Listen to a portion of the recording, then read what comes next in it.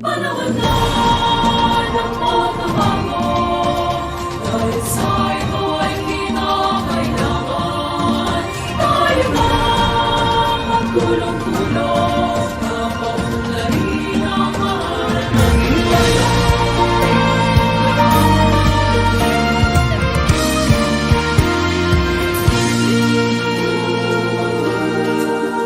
Panahon na ng pagbabago, dahil sa ito ay kinakailangan tayo na magtulong-tulong na paunlarin ang mahal nating bayan.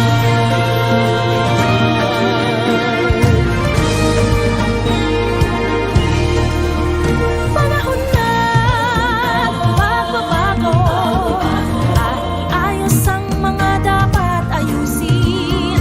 Dapat lang maging tungkulin ng bawat mamamayan dito sa atin.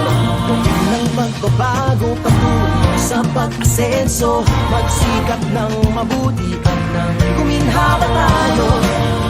Malaki natin sa mundo at ipamalas ang bagong Pilipino.